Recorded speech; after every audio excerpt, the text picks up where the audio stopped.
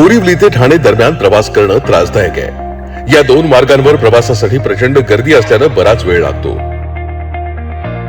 पण आता माननीय पंतप्रधान श्री नरेंद्र मोदीजी, मुख्यमंत्री श्री देवेंद्र फडणवीसजी तसंच उपमुख्यमंत्री श्री एकनाथ शिंदेजी आणि श्रीमती सुनेत्रा पवारजी यांच्या दूरदृष्टीमुळे आणि MMRDAच्या प्रयत्नांमुळे एक महत्त्वपूर्ण प्रकल्प सुरू होतोय।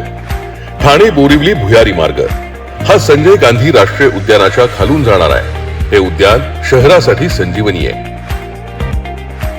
या 11.80 किलोमीटर भुयारी मार्गाचा प्रमुख उद्देश या मार्गातील प्रवासासाठी 45 मिनिटांनी वेळ कमी करणं, वाहतूक कोंडी कमी करणं आणि कार्बन उत्सर्जन कमी करणं हा आहे।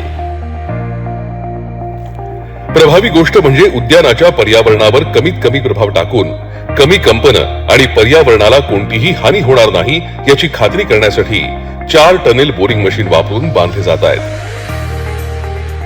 16,600 कोटी रुपये खर्चाचा हा प्रकल्प पर्यावरण सुरक्षेवर लक्ष केंद्रित करतो।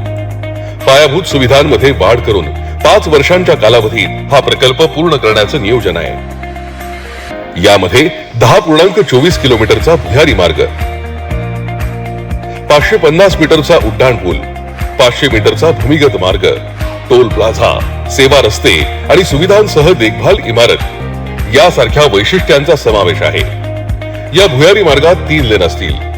यापैकी एक आपत्कालीन परिस्थितीसाठी राखीव असेल। तसंच लाईट, सिग्नल, कॅमेरे आणि वायू विजन प्रणालीने सुसज्ज। पादचारी आणि वाहन क्रॉसेजेस, सुरक्षितता आणि सुविधा सुनिश्चित करण्यात येतील।